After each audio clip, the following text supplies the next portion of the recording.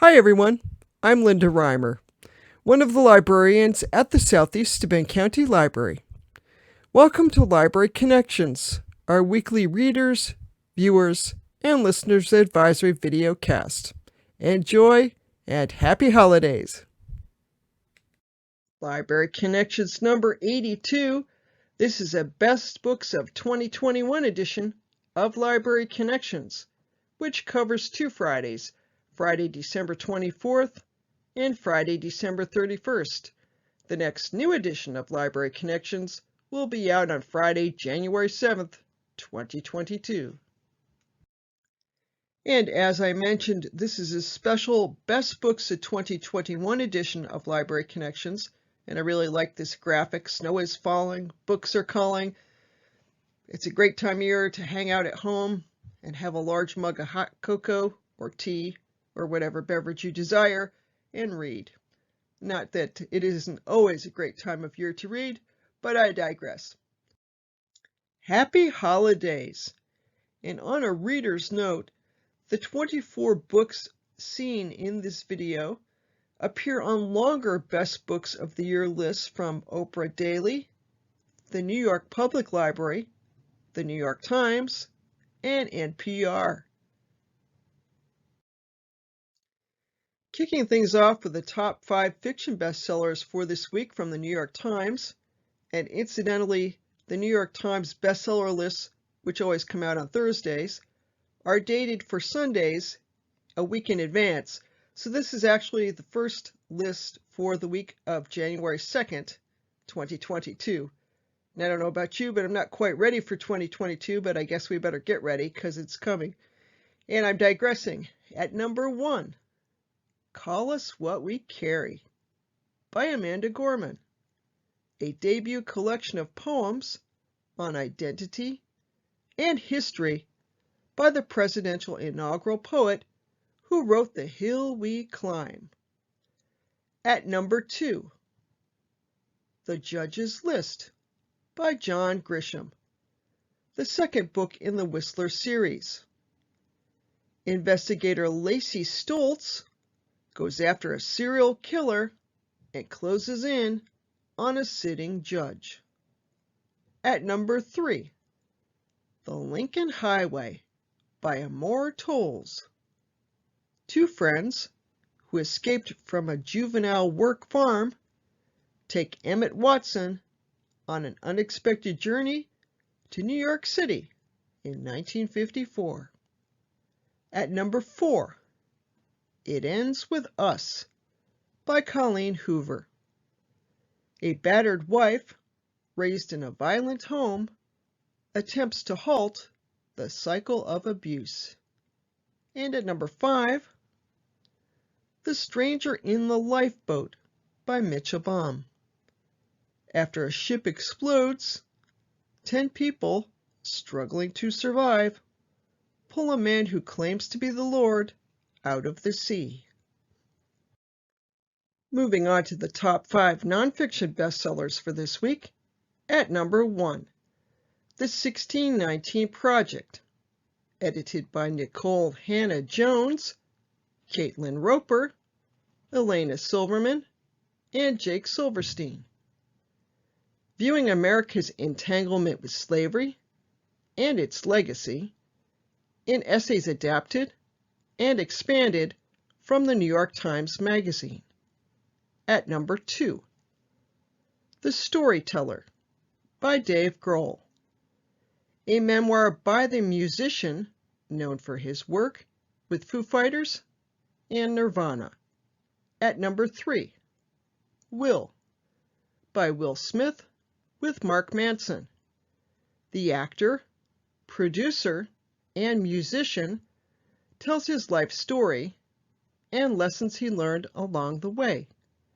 At number 4, The Lyrics, 1956 to the Present by Paul McCartney, a 2-volume celebration of 154 songs with handwritten texts, paintings, and photographs from the songwriter's archives. And at number 5, Taste by Stanley Tucci. The award-winning actor reflects on his career, Italian-American heritage, meals, and mishaps. And without further ado, a dozen of the best fiction titles of the year in alphabetical order. Our first fiction pick is the book After Parties, Stories by Anthony So. Seamlessly transitioning between the absurd and the tender-hearted, this book offers a portrait of Cambodian American lives. Children of refugees shoulder the inherited weight of the Khmer Rouge genocide and grapple with the complexities of race, sexuality, friendship, and family. Our second fiction pick is the novel Creatures of Passage by Maroa Yejuday. Maroa Yejuday transports us to 1977 Anacostia, a historic neighborhood of Washington, D.C., too often overlooked by tourists, pundits, and fiction writers. And she reimagines the city as a mystical realm nestled between the kingdoms of Virginia and Maryland. With a murdered girl's ghost in the trunk of a Plymouth Belvedere, an aging woman's mystical connection to her dead twin brother, and the death prophecies of an estranged niece, this novel is worthy of every Toni Morrison comparison it receives, as it effortlessly blends the brutalities of DC's history with the mythical and supernatural. Creatures of Passage is a lyrical journey that will stick with you. Our third fiction pick is the novel Crossroads by Jonathan Franson. His strongest work since The Corrections, Franson's sumptuous new novel maps the interior lives of the Hildebrandts, a suburban family mired in the quicksand of desire and deceit. It's Christmas 1971, and a disingenuous pastor, his depressed wife, and their 4 children are torn between religious beliefs and rolling cultural change. Franson embroiders his narrative with piercing social observation, an American Balzac. Moving on to our third fiction pick, the novel Great Circle by Maggie Shipstead. Shipstead's exhilarating feminist epic is an ode to independence, persistence, and aviation. Marion Graves is the unforgettable protagonist at the heart of this Booker-nominated novel, who from an early age wants only to learn to fly. How she manages to make this dream come true as an orphan growing up in early 20th century Montana is a study in courage, a thrilling ascent into a writer's untethered imagination. That's a great book. Moving on to our fifth pick for fiction titles, it's the Coulson Whitehead novel Harlem Shuffle. The 2-time Pulitzer winner tilts genre on its head with an immersive, witty tale about a heist run amok. As the 1960s commence, Ray Carney, a Harlem furniture dealer, gets sucked into a hotel robbery.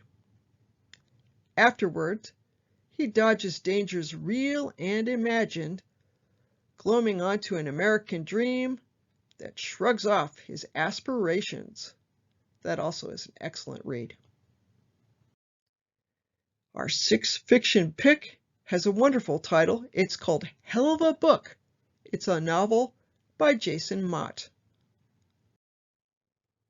The book features a postmodern satire that interweaves three characters' stories: an author on a book tour who has only just learned that he's black, a very dark-skinned young boy named Soot, whose father was killed by police, and a character known as the Kid, who may or may not be a figment of the author's imagination. You'll have to read the book, hell of a book, to find out. On to our seventh fiction pick, Intimacies, a novel by Katie Kitamura. In Kitamura's fourth novel, an unnamed court translator in The Hague is tasked with intimately vanishing into the voices and stories of war criminals whom she alone can communicate with, falling, meanwhile, into a tumultuous entanglement with a man whose marriage may, or may not, be over for good. Kitamura's sleek and spare prose elegantly breaks grammatical convention, mirroring the book's concern with the bleeding lines between intimacies, especially between the sincere and the coercive.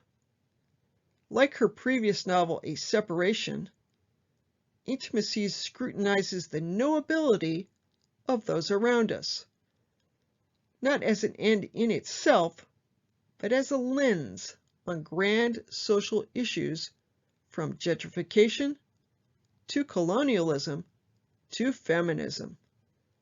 The path a life cuts through the world, this book seems to say, has its greatest significance in the effect it has on others. And that is also an excellent read. Moving on to our eighth fiction pick, it's the Amore Tolles novel, The Lincoln Highway, which has only recently been published, but this too is getting great reviews. And this one I haven't read yet, but it is definitely on my reading list. So having said that, let me tell you a little about the novel. Tolles's picturesque tale is a paean to American mythology and the innocence of youth. In June 1954, four boys, Emmett, a Nebraska teenager just released from juvie, his little brother Billy, a savant, Duchess, a streetwise hustler, and Wooly, heir to a Manhattan fortune, hit the road, staking out their dreams on opposite coasts, but each drawn, inevitably, to New York. The author of A Gentleman in Moscow has delivered a novel at once magical and melancholy. Our ninth fiction pick is the novel The Love Songs of W.E.B. Du Bois by Honore Jeffers. The Love Songs of W.E.B. Du Bois, the first novel by Jeffers, a celebrated poet, is many things at once: a moving coming-of-age saga, an examination of race, and an excavation of American history. It cuts back and forth between the tale of Ailey Pearl Garfield, a black girl growing up at the end of the 20th century, and the songs of her ancestors, Native Americans and enslaved African Americans, who lived through the formation of the United States. As their stories converge, Love Songs creates an unforgettable portrait of Black life that reveals how the past still reverberates today. Another great read. Our 10th fiction pick is Lauren Groff's novel, Matrix. Based on the real-life 12th century poet Marie de France, this novel imagines a medieval English abbey that she transformed from famine to fortress, creating an insular world where women shape their own destiny. And in the 12th century, that would have been saying something. And of course, the novel has nothing whatsoever to do with the popular Matrix movies. This is indeed historical fiction with a strong female protagonist. Another great book. And moving on to our 11th fiction pick, this is the novel Small Things Like These by Claire Keegan. Claire Keegan is just one of those authors who never misses. Small Things Like These considers one of Ireland's Magdalen laundries. Basically, those were Catholic houses of fallen women. The novel brings those houses into focus through the glance of an ordinary man who accidentally uncovers one. With the precision and depth of a short story, her usual genre, Keegan captured and affected my whole attention. She draws a web of complicity around the Covenant's activities that is chillingly mundane and brutally true. These kinds of places existed not just because of the cruelty of the people who ran them, but also because of the fear and selfishness of those who were willing to ignore them. Stunning. Just stunning. And that's the NPR review. And rounding out our dozen fiction picks is the novel When We Cease to Understand the World, which actually sounds like it might be nonfiction, but I assure you, it is a novel. Lobet expertly stitches together the stories of the 20th century's greatest thinkers to explore both the ecstasy and agony of scientific breakthroughs, their immense gains for society, as well as their steep human costs.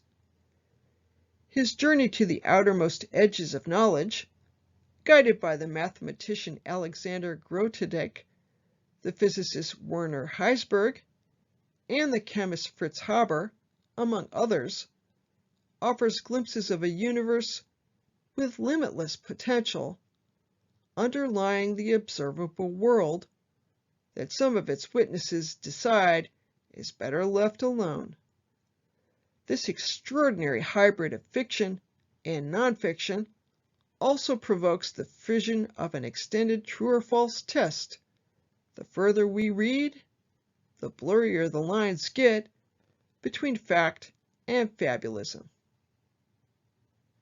And next up, 12 of the best nonfiction titles of the year. Our first nonfiction pick, and again, the 12 nonfiction titles are in alphabetical order because I like to have things in alphabetical order, so, not surprisingly, being a librarian, but I'm digressing. Our first nonfiction pick is The Anthropocene Reviewed, Essays on a Human-Centered Planet by John Green. And on a reader's note, just FYI, because I had to look this up myself, the word Anthropocene means the current geological age. So with that in mind, let me tell you about the book, The Anthropocene Reviewed. Is it possible to review the entirety of our current geological era? Probably not. But don't tell that to John Green, whose sparkling collection of essays attempts to make sense of the Anthropocene through 5-star scale reviews of everything from Piggly Wiggly to the Staphylococcus aureolus. The essays are charming, curious, and heartfelt. A short yet poignant ode to the mountain of goats, chief among them, and each feels like its own adventure on a journey towards understanding our world and humanity's impact on it. Definitely a top-notch book to check out. Our second nonfiction pick is the Walter Isaacson book, The Codebreaker. Jennifer Doudna, Gene Editing, and The Future of the Human Race. The book offers a portrait of the Nobel Prize-winning scientist, Jennifer Doudna, and explores how her team's invention of CRISPR technology enabled revolutionary DNA editing approaches to fighting disease. If you're interested in science, this is a great book to read. Our third nonfiction pick is Crying in H Mart by Michelle Zauner. This exquisite story of family, food, music, grief, and endurance is an unflinchingly powerful memoir of growing up Korean American, losing a mother, and forging your own identity. And it is a top-notch memoir. If you haven't read it, check it out. Our fourth nonfiction pick is a bit heavier. It's called Empire of Pain, The Secret History of the Sackler Dynasty by Patrick Radin Keefe. The book offers a portrait of 3 generations of the Sackler family, who built their fortune on the sale of Valium and later sponsored the creation and marketing of one of the most commonly prescribed and addictive painkillers of the opioid crisis. Moving on to our fifth nonfiction pick, The Family Row, An American Story by Joshua Prager. Roe versus Wade is one of the most talked about Supreme Court cases. But what about the woman behind Roe? It might surprise you to know she never actually had the abortion she sought. She gave birth to a daughter who reveals her identity here for the first time. This remarkable work of reporting explains why the daughter sought to keep her identity private. But it also explains the difficult roads all the women in this family, most especially the woman who became known as Jane Roe, Norma McCorvey, had to travel, as well as the personalities and politics that have continued to make the abortion issue so toxic in American life. The scope is sweeping, the writing is beautiful. It's an epic story worthy of the impact that this one case has had on the American psyche. And that's the NPR overview. Our sixth nonfiction pick has a great title. It's called Fuzz. It's by Mary Roach. Mary Roach is your favorite party friend. Her stories crackle with wit and gumption, and each leaves you thinking, I can't believe she did that, and I very much wish I'd been there. In Fuzz, when nature breaks the law, Roach shows Vatican rat catchers, investigates simulated animal attacks in a Reno conference center, and, yes she does, she learns how to build a better mousetrap. But the magic of Roach's work is what lurks just below the surface of each of her escapades. Her gentle meditations on how we might all live as better stewards of the planet we share. Our seventh nonfiction pick is one that hasn't got as much press as some of the others on this list, but it's a terrific book. It's called Last Chance Texaco, Chronicles of an American Troubadour by Ricky Lee Jones. And that's a great photo on the cover of the book, but I digress. Let me tell you about the book. In 1971, Ricky Lee Jones released her self-titled debut album and set a new standard for rock and roll infused with classic bohemian cool. This memoir shows how that happened, how a kid with vaudeville, big dreams, and tragedies in her family went on the road as a countercultural teenager and ended up in LA amid a cast of characters who virtually begged to be immortalized in song. They're all here in their scarves and leather jackets, including Tom Waits, her lover and partner in troubadourism. Both fans and those who only know Jones from her 1980s radio breakthroughs will find much in this story of a young woman finding her feet in a world full of both possibility and roadblocks. Our 8th nonfiction pick is another music one. There were some great books on music and musicians published this year. But I'm digressing. This one's called Major Labels, A History of Popular Music in 7 Genres, and it's written by Khalifa Senye. From Beyonce to Kurt Cobain to De La Soul, the stars align in this virtuosic survey of popular music's 7 pillars: rock, R&B, country, punk, hip-hop, dance, and pop. Senye brings a contagious zeal for genres and cross-fertilizations to artists and records that are now playlists for an increasingly diverse America. Over the past half-century, many musicians and listeners have belonged to tribes, he writes. What's wrong with that? And that overview is from Oprah Daily. And this is a newer book, obviously. When I look at the review of this, what I'm taking with is one of my favorite kinds of music is folk. And they don't mention that at all. I assume that the author has it put under country. I'll have to check out the book and then I'll let you know what I find out. But I'm digressing to move along here to our 9th nonfiction pick, On Juneteenth by Annette Gordon Reed. This book weaves together history and memoir into a short volume that is insightful, touching, and courageous. Exploring the racial and social complexities of Texas, her home state, Gordon Reed asks readers to step back from the current heated debates and take a more nuanced look at history and the surprises it can offer. Such a perspective comes easy to her because she was part of history, the first Black child to integrate her East Texas school. On several occasions, she found herself shunned by whites and blacks alike, learning at an early age that breaking the color line can be threatening to both races. So if you're looking for an insightful read, check out On Juneteenth.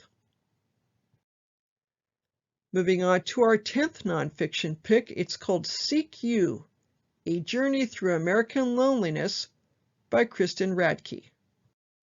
The book offers a piercing exploration of loneliness and the ways in which we attempt to feel closer to one another. Radke looks at the very real crisis of loneliness through the lenses of gender, violence, technology, and art. Moving on to our 11th nonfiction pick, it's the Ann Patchett book, These Precious Days.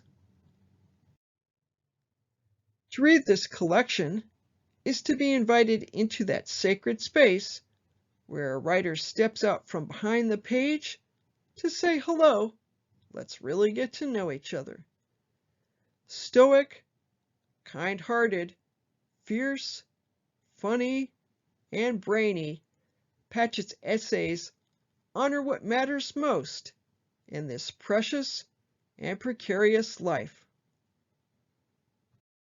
And our 12th nonfiction book is history. It's called Until Justice Be Done by Kate Masur. From the nation's founding, the American creed included the idea that all men are created equal. Kate Masur shows how from the Revolution to the Civil War, there was an 8-decade fight for equality, an effort to make those words more than notional. Free blacks were subjected to kidnapping and imprisonment.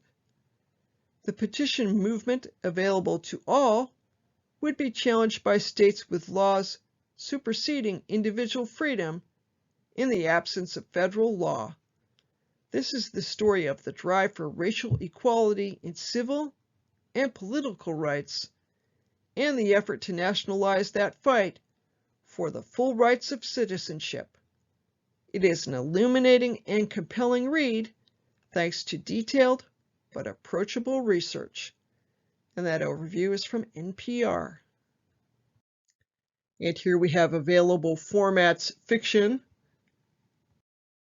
available formats fiction continued, available formats nonfiction, available formats nonfiction 2, and our bibliography.